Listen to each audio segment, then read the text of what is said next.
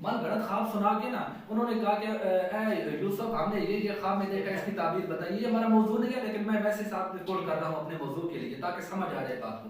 اب انہوں نے جب یہ کہا نا کہ ہم نے یہ خواب دیکھا ہے تو حضرت یوسف علیہ السلام نے اس کی تعبیر بیان کر دی. تعبیر میں یہ تھا کہ ایک بادشاہ کو اپنا جو ہے نا وہ جام پلائے گا اور دوسرا سولی چڑھا دیا جائے گا. اب جیسے ہی اس خواب کی تعبیر سنائی نا تو وہ دونوں کہہ کے مارنے لگے. انہوں نے کہا کہ ہم نے تو جھوٹ بولا، ہم نے تو خواب دیکھا ہی نہیں. تو حضرت یوسف علیہ السلام نے کہا کہ اگرچہ جھوٹ ہی تھا لیکن اب یہ نبی کی زبان سے ادا ہو گیا ہے، اب یہ حقیقت بن گیا ہے. ٹھیک ہے. اب اسی طرح یہ اب اس کو دیکھیں کہ حضور علیہ السلام نے جب یہ بیان کیا نا اس خواب کو صبح اپنے صحابہ کے سامنے بیان کیا کہ میرے صحابہ کفار بہت تھوڑے ہیں. تو اس پر جب صفیں بنی اور صحابہ کرام ایک دوسرے سے پوچھنے لگے کہ سامنے کتنے کھڑے ہیں، تو اللہ رب العالمین کا کرم دیکھیے کہ وہ جو زبان نبی سے جو بات ادا ہو گئی تھی اب صحابہ کرام ایک دوسرے کو کہنے لگے کہ تقریباً کوئی تعداد میں کہتے ہیں کہ کچھ کہتے تھے تقریباً 70 ہوں گے، کچھ کہتے تھے تقریباً 100 ہوں گے. یعنی اللہ رب العزت نے اتنا بڑا انعام کیا کہ وہ 1000 کی تعداد کو صحابہ کرام کی نظر میں 70 اور 100 بنا کے دکھا دیا. اب جب جنگ کا آغاز ہوا ادھر سے 3 جو ہے نا وہ انصاری صحابہ جو حضور صلی اللہ علیہ وسلم کے ساتھ تھے وہ آگے گئے، کیونکہ جنگ کا اصول ہوتا ہے کہ جب بھی جنگ شروع ہوتی ہے تو پہلے 1 بائی 1 2-3 لوگوں کے درمیان جنگ ہوتی ہے، اس کے بعد پھر جو ہے نا وہ جنگ کا آغاز ہوتا ہے. تو ادھر سے عتبہ آیا، شیبہ آیا، ولید آیا، ادھر سے 3 انصاری صحابہ سامنے گئے. جب انہوں نے پوچھا نا کہ کون ہو، انہوں نے کہا کہ ہم انصاری ہیں. تو وہ کہنے لگے مذاق میں کہنے لگے اچھا تم شریف لوگ ہو، تمہارا لڑنا ہمارے ساتھ بنتا نہیں ہے، ہماری اپنی قوم والے بھیجو، یعنی کہ مکہ والے بھیجو، ہم ان کے ساتھ لڑیں گے. جب پاور دکھا رہے تھے وہ اپنے تکبر ہوتے ہیں، انہوں نے کہا کہ تمہارے ساتھ ہماری لڑائی بنتی نہیں ہے، تم شریف لوگ ہو، ذرا ان کو بھیجو جو ہماری قوم کے ہیں. تو جب یہ بات حضور صلی اللہ علیہ وسلم کو پتہ چلی تو اس کے بعد پھر آپ نے کہا اچھا ٹھیک ہے علی اور مرتضیٰ تم اٹھو، اے حمزہ تم اٹھو، ٹھیک ہے جی، اے عبیدہ بن جراح تم اٹھو. یعنی اس کے بعد حضور علیہ السلام نے بھی اپنے قافلے میں اہل بیت کی طرف اپنے خاندان کی طرف اشارہ کیا اور فرمایا کہ اب جاؤ تم اٹھو. جب وہ گئے نا تو ان کا جب آمنا سامنا ہوا تو حضرت علی رضی اللہ تعالیٰ عنہ کے سامنے ولید آیا، اس کو واصل جہنم کیا. حضرت حمزہ کے سامنے عتبہ آیا، اس کو واصل جہنم کیا. اور حضرت عبید کا مقابلہ جو تھا وہ تھا اس کے ساتھ شیبہ کے ساتھ. تو شیبہ نے تلوار ماری اور حضرت عبیدہ بن جراح رضی اللہ تعالیٰ عنہ کا جو ٹانگ تھی، پاؤں تھا، وہ کٹ گیا. اور وہ اس طرح ان کے 2 واصل جہنم ہو گئے اور ایک ان کا زخمی ہوا. تو وہ حضور علیہ السلام کے پاس آیا اور اس نے آ کے عرض کیا رسول اللہ کیا میں شہید ہوں؟ تو آپ علیہ السلام نے فرمایا ہاں اے عبیدہ بن جراح تم نہ صرف شہید ہو بلکہ میں تمہاری شہادت کا گواہ ہوں. سبحان اللہ. بعد میں پھر اس پر آپ کو شہادت بھی نصیب ہوئی تھی. اس کے بعد پھر صاحب جنگ ہوئی، اللہ ایک ہوا کا جھونکا آیا، ہوا کا جھونکا آیا. صحابہ کرام نے عرض کیا رسول اللہ وہ ہوا کا جھونکا نا وہ جو اس طرح کا گولا سا بنتا ہے وہ آیا. صحابہ کرام نے عرض کیا رسول اللہ یہ کیا ہے؟ تو حضور علیہ السلام نے فرمایا کہ میکائیل 500 فرشتوں کے ساتھ آ گئے. کیا بات ہے، فرشتوں والی جو فرشتے آ گئے.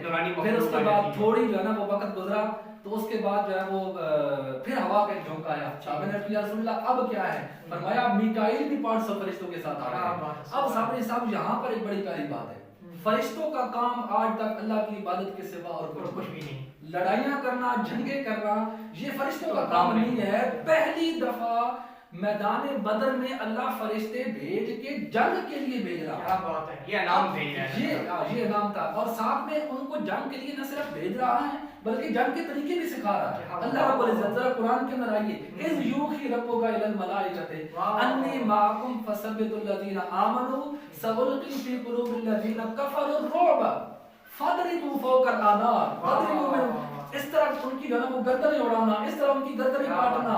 تو اللہ رب العزت نہ صرف فرشتے بھیج رہا ہے بلکہ فرشتوں کو جنگ کرنے کے طریقے بھی سکھا رہا ہے. اب صحابہ کرام فرماتے ہیں کہ جب یہ عالم شروع ہوا اور یہ عالم جب شیطان نے دیکھا نا وہ پہلے ان کے ساتھ پھر رہا تھا. ٹھیک ہے جی، ان کو کہہ رہا تھا کہ تمہیں فتح ہوگی اور ان کے سامنے دنیا مزین کر رہا تھا. اس کی بھی قرآن کے اندر حوالہ موجود ہے.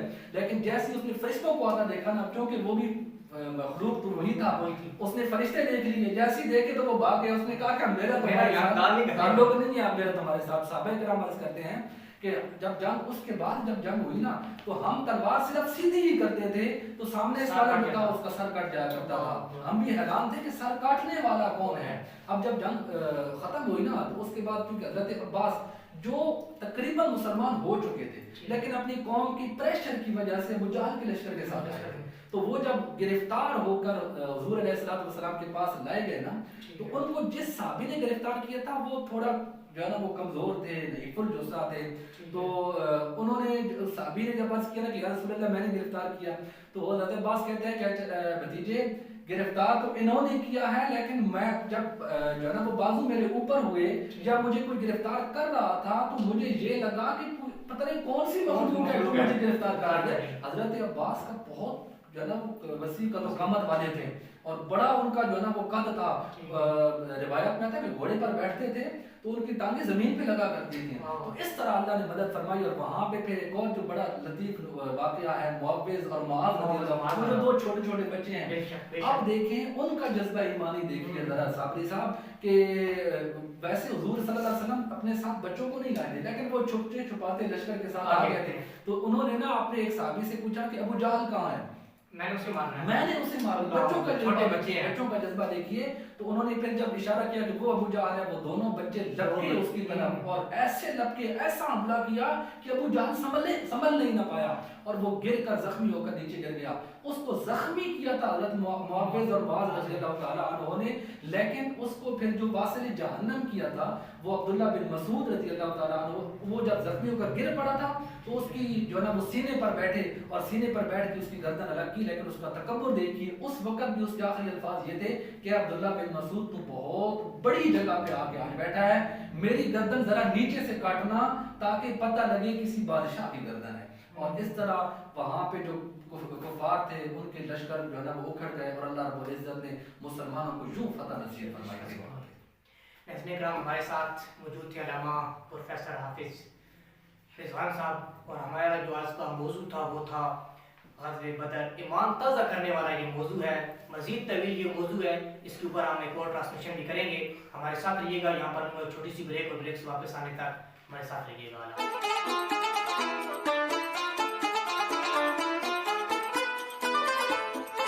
ویلکم بیک ناظرین, میں پہنچ چکا ہوں اپنے اگلے سیگمنٹ کی طرف اور میرا اگلا سیگمنٹ ہے اسلامی کوئز مقابلہ. اسلامی کوئز مقابلے میں میرے ساتھ موجود ہے ٹیم اے اور ٹیم بی. بڑھوں گا ٹیم اے کی جانب اپنے اس سوال کے ساتھ. آج کا میرا پہلا سوال ٹیم اے سے کہ جنگ بدر کا واقعہ کب پیش آیا؟ جی ٹیم اے. جنگ بدر کا واقعہ 17 رمضان کو پیش آیا. جواب بالکل درست ہے. بڑھوں گا ٹیم بی کی جانب اپنے پہلے سوال کے ساتھ کہ جنگ بدر میں مسلمانوں کی تعداد کتنی تھی؟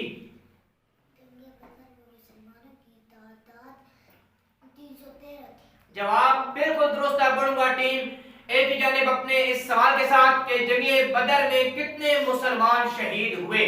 جنگ بدر میں 14 مسلمان شہید ہوئے. جواب بالکل درست ہے. بڑھوں گا ٹیم بی کی جانب اپنے سوال کے ساتھ کہ جنگ بدر میں کفار کی تعداد کتنی تھی؟ بدر میں کفار کی تعداد 1000 سے زیادہ تھی. جواب بالکل درست ہے. دونوں ٹیموں کے ہو چکے ہیں 20-20 نمبر. بڑھوں گا ٹیم اے کی جانب اپنے اگلے سوال کے ساتھ کہ جنگ احد میں مسلمانوں کی تعداد کتنی تھی؟ جنگ احد میں مسلمانوں کی تعداد 700 افراد تھے. جواب بالکل درست ہے. 3 سوال کے 3 جواب دے کر 30 نمبر حاصل کیے ہیں ٹیم اے نے. بڑھوں گا ٹیم بی کی جانب اپنے اس سوال کے ساتھ کہ غزوہ بدر میں کتنے کفار قتل ہوئے؟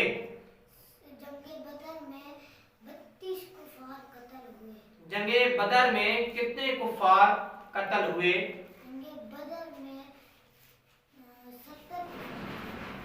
جواب بالکل درست ہے. بڑھوں گا ٹیم اے کی جانب اپنے اس سوال کے ساتھ کہ ابو جہل کو کس نے قتل کیا؟ ابو جہل کو غزوہ بدر میں ابو جہل نامی کافر کو کس نے قتل کیا؟ جی ٹیم اے.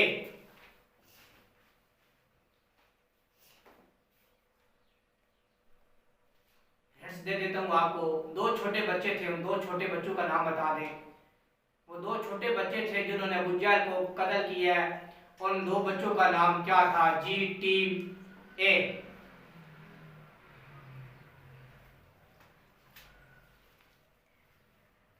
جی ناظرین، اگر اس سوال کا جواب آپ کو پتا ہے تو آپ نے کمنٹس باکس میں ضرور اس سوال کا جواب دینا ہے کہ وہ 2 چھوٹے بچے کون سے تھے جنہوں نے ابو جہل کو قتل کیا تھا۔ بڑھوں گا ٹیم بی کی جانب اپنے اس سوال کے ساتھ کہ جنگ بدر کے بعد کون سی جنگ لڑی گئی؟ جنگ بدر کے بعد جنگ احد کی جنگ لڑی گئی۔ جواب بالکل درست ہے۔ 4 سوال کے درست 4 جواب دے کر 40 نمبر حاصل کیے ہیں ٹیم اے نے۔ ٹیم بی نے بڑھوں گا ٹیم اے کی جانب اپنے اس سوال کے ساتھ کہ جنگ احد کا واقعہ کب پیش آیا؟ جنگ احد کا واقعہ 15 شوال کو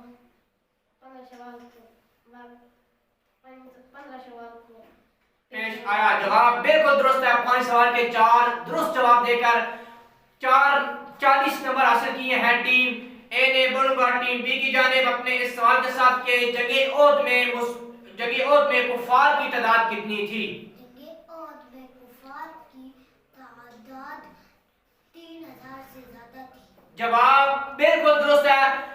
5 سوال کے درست 5 جواب دے کر 50 نمبر حاصل کیے ہیں ٹیم بی نے، اور آج کی ہماری ونر اپ ٹیم ٹھہری ہے ٹیم بی، اور ٹیم بی کو دیا جائے گا چکی زلمی کی جانب سے گفٹ ہمپر۔